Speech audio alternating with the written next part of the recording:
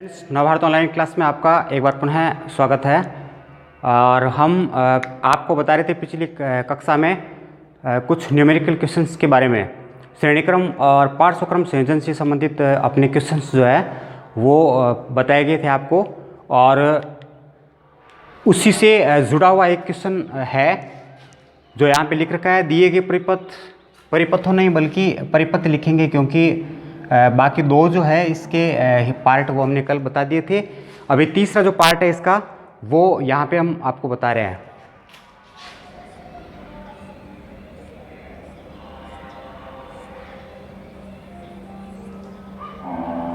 ए और बी के बीच तुल्य प्रतिरोध इसमें ज्ञात करना है।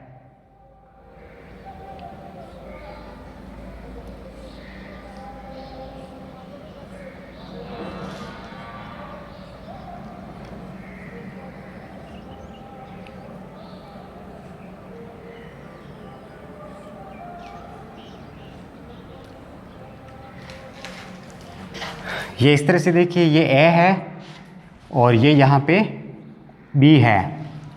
तो इसका है 3 ओम, इसका भी 3 ओम और इसका भी 3 ओम, इसका है 1 ओम, इसका भी 3 ओम है मान, और ये भी 3 ओम है और ये भी 3 ओम है। तो प्रश्न में केवल ऐसा ही दे रखा होता है। हमें इसमें R1, R2, R3, R4, R5, R6, R7 ये हमें जो है वो इनको लिखना पड़ेगा इसके सामने। तो R1 इसको मान लेते हैं, इसको R2 मान लेते हैं और इसको R3 मान लेते हैं, इसको नाम दे देते हैं R4 और इसको हम लिखते हैं R5, इसको लिखेंगे R6, इसको लिखेंगे R7। अब ये किस किस क्रम में जुड़े हुए हैं उसके हिसाब से हम इनको जोड़ के 7 दे रखे टोटल, तो 7 को मिला के एक ही प्रतिरोध इसका ज्ञात करना है जिसको तुल्य प्रतिरोध कहा जाता है। तो इसके लिए कैसे शुरुआत करेंगे, R1, R2 तथा R3 पार्श्व क्रम में संयोजित है, अतः इनका तुल्य प्रतिरोध क्या हो जाएगा, R dash is equal to R1 plus पार्श्व क्रम है, इसीलिए इसके लिए हम लिखेंगे 1/R dash is equal to 1/R1 plus R2 1/R3, या 1/R dash is equal to 1/R dash का मान कितना है 3, R डैश नहीं R1 का, R2 का मान कितना है 3 और R3 का मान कितना है 3। एलसीएम लिया तो कितना आया 3, फिर इसका इसमें भाग दिया तो 1, इसका इसमें भाग दिया गुणा किया तो 1। 1/R डैश का मान कितना आया यहाँ पे 3/3, यह है 1/R डैश का मान। तो सिर्फ R डैश का मान कितना आ जाएगा 3/3 क्या होता है 1 ओम, यह आ गया R डैश का। फिर क्या लिखेंगे इसमें, देखिए इसके लिए तो हल करना पड़ेगा, नहीं तो सिंगल ही है। अब ये चित्र जो है जैसा यहाँ पे सिंगल दिखाई दे रहा है वैसा यहाँ पर भी हो गया, पहले 3 थे अभी इसकी जगह पे 1 ओम ही हो गया है। तो इसी तरह का ये चित्र यहाँ पे बन गया है, और बिल्कुल जैसा इस तरफ है वैसा इस तरफ है। तो हमने इनको पार्श्वक्रम में दिखाया था, ये भी पार्श्वक्रम में ही है और मान भी सेम है 3, 3 और 3। तो इसका भी उत्तर जो है कैसा आएगा, सेम ही आएगा। इसके लिए भी साथ में लिख लेते हैं R5, R6 तथा R7 भी पार्श्व क्रम में संयोजित हैं, अतः इनका तुल्य प्रतिरोध कितना आ जाएगा, 1/r" लिखेंगे इस बार। पिछली बार r' लिखा था, अब की बार r" is equal to 1/r5 plus 1/r6 plus 1/r7।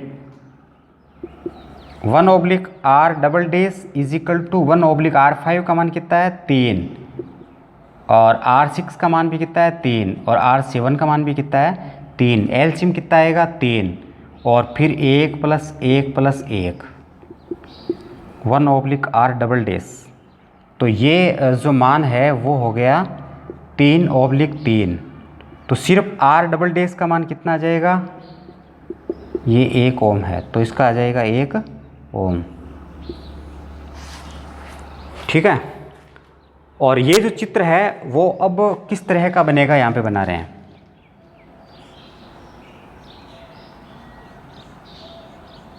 ये देखिए, ये बीच वाला जो है R4 था और 1 ओम लिख रखा था, तो इसमें कोई चेंज हुआ नहीं है, वो तो वैसा ही रहेगा। ये जो है ये R' का मान अपने पास कितना आया था, 1 ओम आ गया था, तो ये 1 ओम। और यहाँ पे R" जो है उसका मान भी कितना आया था, 1 ओम। और ये A और ये B, इस तरह का ये अब चित्र बन गया है।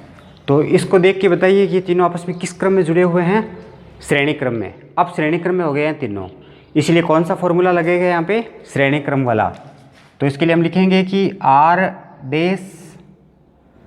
R4 तथा R" श्रेणी क्रम में संयोजित है।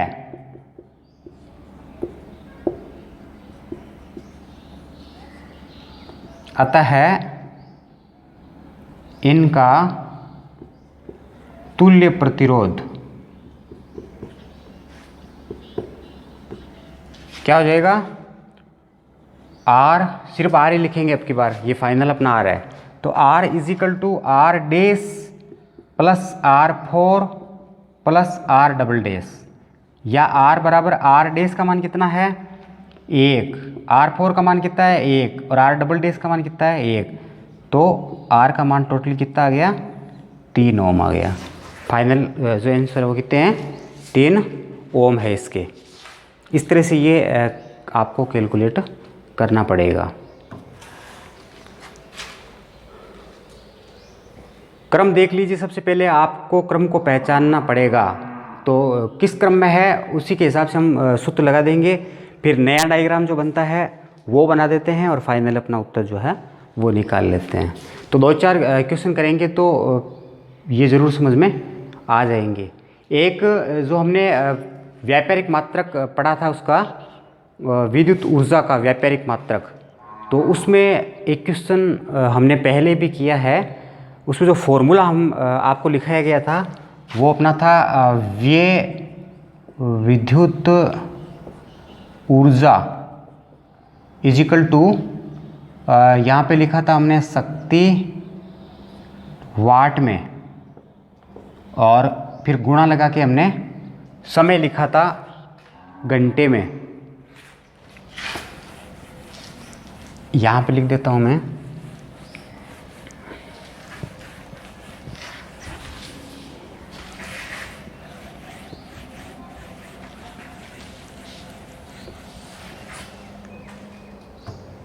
उसी से संबंधित एक प्रश्न यहाँ पे लिखा रहे हैं आपको।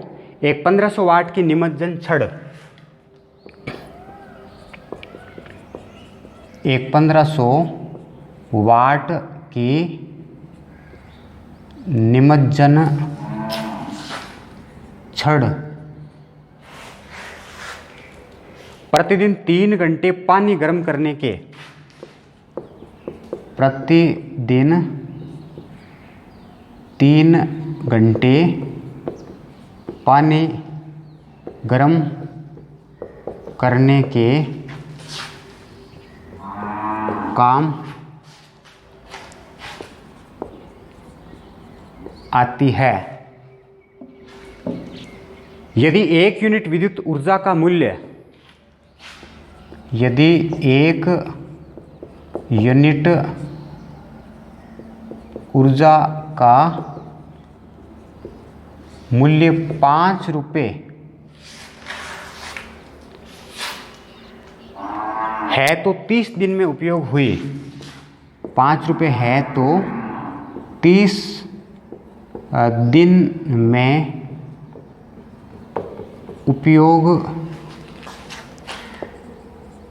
हुई विद्युत ऊर्जा का मूल्य ज्ञात कीजिए। इसके लिए फॉर्मूला आपको बताया था,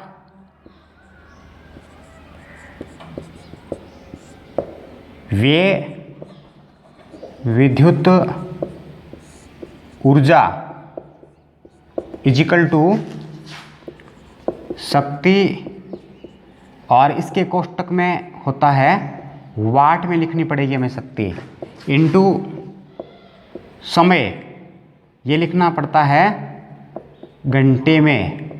तो इससे पहले जो हमने क्वेश्चन करवाया था उसमें यहाँ पर भूलवश सेकंड में लिखा हुआ दिखाई पड़ेगा, तो उसको आपको घंटे में ही समझना है, देखना है, समझ गए। बाकी जो कैलकुलेशन हमने किया था वो तो घंटों में ही किया था, लेकिन यहाँ पे घंटे में की लिखने की बजाय सेकंड में लिखा हो तो उसको करेक्शन समझ के आप देखेंगे। और ऑब्लिक 1000, ठीक है, व्यय विद्युत ऊर्जा इजिकल टू शक्ति इंटू समय ऑब्लिक 1000। अपने पास देखिए मान दे रखे हैं, उनको हम यहाँ पे पहले लिख लेते हैं। तो दिया गया है P का मतलब होता है शक्ति, कितनी है शक्ति यहाँ पे 1500 वाट, 1500 वाट शक्ति हो गई। और प्रतिदिन 3 घंटे पानी गर्म करने के काम आती है, और 30 दिन तक, एक दिन में 3 घंटे यदि वो चले तो 30 दिन में कितने घंटे हो गए टोटल, 90 घंटे हो गए। हमें टोटल समय को किस में बदलना पड़ेगा, घंटे में। तो यहाँ पे T फॉर टाइम, और एक दिन में 3 घंटे, तो 30 दिनों में कितने घंटे हो गए, 90 घंटे हो गए टोटल। ये पूरी की पूरी शक्ति वाट में आ गई है, और ये पूरा समय जो है वो घंटों में आ गया। अब हम सूत्र में रख देंगे इसको, व्यय विद्युत ऊर्जा इजिकल टू शक्ति का मान कितना 1500 इंटू समय का मान कितना है 90 ऑब्लिक 1000। तो 1 2 और 3 जीरो से 1 2 और 3 जीरो, तो इसको जब कैलकुलेट किया हमने तो कितने आ गए 135 kWh या 135 यूनिट। अभी इसमें क्या कह रहा है आगे, यदि 1 यूनिट का मूल्य कितना हो 5 रुपये हो,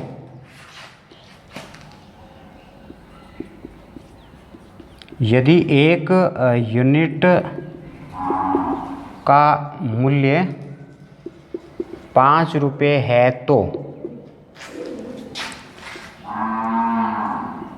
कुल विद्युत खर्च कितना आ जाएगा, 135 को 5 से गुणा कर देंगे तो ये कितना हो जाएगा 500, और 35 को 5 से करेंगे तो 175 675 रुपये जो है वो कुल विद्युत खर्च इसमें हो जाएगा। तो इस तरह से इसको हल किया जाता है। टाइम जो है वो अगर मिनट में दे रखा है तो उसको घंटे में हमें कन्वर्ट करना पड़ेगा। शक्ति अगर किलोवाट में दे रखी है तो उसको वाट में बदलना पड़ेगा। टोटल समय जो है उसको कैलकुलेट करके और उसके घंटे बनाने पड़ेंगे। दिन में दे रखा तो भी घंटे बनाने पड़ेंगे। तो इस तरह से इसको हल किया जाता है।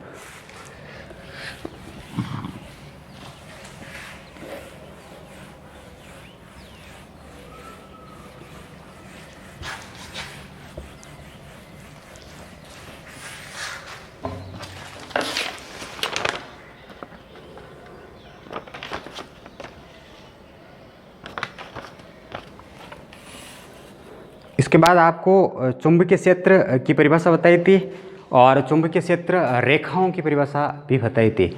एक बार फिर बता रहे हैं, चुंबकीय क्षेत्र किसे कहते हैं? किसी चुंबक के चारों ओर का वह क्षेत्र जिसमें चुंबकीय बल को संसूचित किया जा सकता है। संसूचित यानी जिसको महसूस किया जा सकता है, यानी चुंबक के चारों ओर का वह क्षेत्र जिसमें चुंबक अपना प्रभाव प्रदर्शित करती है, वो कहलाता है चुंबकीय क्षेत्र। चुंबकीय क्षेत्र कैसी राशि है? सदिश, क्योंकि इसमें दिशा और परिमाण दोनों का बोध होता है। और इसका जो मात्रक होता है वो होता है टेस्ला। चुंबकीय क्षेत्र का मात्रक क्या होता है? टेस्ला।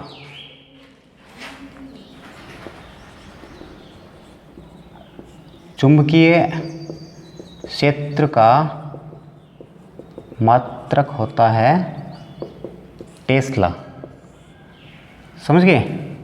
और ये कैसी राशि है? चुंबकीय क्षेत्र एक सदिश राशि है। सदिश और अदिश दो तरह की राशियाँ होती है कि नहीं होती है? तो ये कैसी राशि है? सदिश राशि है। और फिर बताया था चुंबकीय क्षेत्र रेखाओं की परिभाषा के बारे में। किसी चुंबक के चारों ओर उत्पन्न चुंबकीय क्षेत्र को प्रदर्शित करने वाली काल्पनिक रेखाएं क्या कहलाती है? चुंबकीय क्षेत्र रेखाएं कहलाती है। चुंबकीय क्षेत्र रेखाओं का प्रदर्शन भी हमने बताया था आपको। एक छड़ चुंबक के चारों ओर चुंबकीय क्षेत्र रेखाएं किस तरह से प्रदर्शित की जाती है। बाहर चुंबकीय क्षेत्र रेखाओं की जो दिशा होती है वो होती है N to S, यानी उत्तरी ध्रुव से निकलते हुए दिखाई पड़ेगी और दक्षिण ध्रुव में विलीन होती हुई दिखाई पड़ती है। जबकि चुंबक के भीतर क्षेत्र रेखाओं की जो दिशा होती है वो होती है दक्षिण ध्रुव से उत्तरी ध्रुव की ओर जाते हुए। ये हमने इससे पहले पढ़ा था। और अब जो आगे देखना है वो है चुंबकीय क्षेत्र की दिशा बताने वाले नियमों के बारे में। तो चुंबकीय क्षेत्र की दिशा बताने वाले यहाँ पे दो नियम हैं।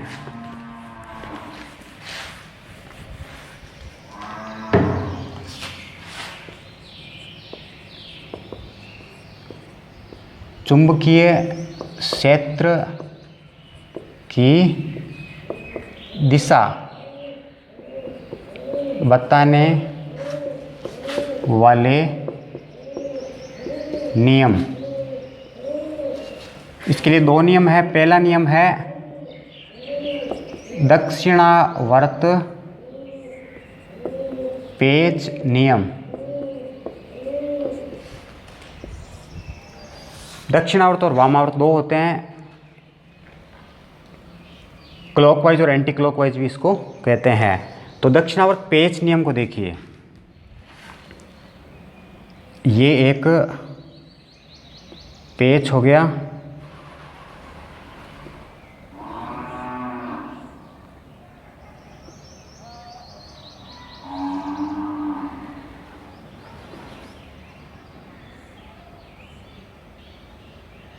ये देखिए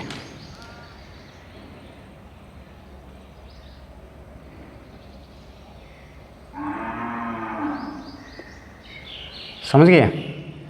और अब इस पेज को जब हम किसी लकड़ी के अंदर लगा रहे हैं तो इसको ऐसे गोल घुमा रहे हैं, ये इस तरह से इसको गोल घुमाया जाता है। तो और ये इसकी नोक है, नोक आगे लकड़ी में जा रही है तो नोक का लकड़ी में आगे की ओर बढ़ना, ये जो डायरेक्शन होती है वो किसको बताती है? वो बताती है विद्युत धारा की दिशा को। और पेच के घूमने की जो दिशा है, जैसे ये पेच है, इसको हम इस तरह से घुमा रहे हैं, तो पेच के घूमने की डायरेक्शन तो ये होगी ना, ये चुंबकीय क्षेत्र की दिशा को बताती है। और ये पेच की नोक जो आगे की ओर इधर जा रही है वो दिशा होती है विद्युत धारा की दिशा। इसको किस प्रकार लिखेंगे हम?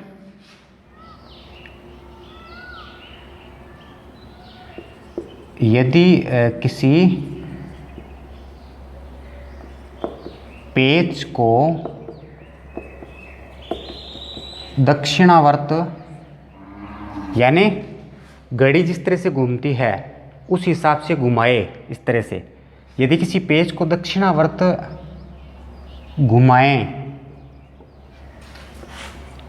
तो पेज की नोक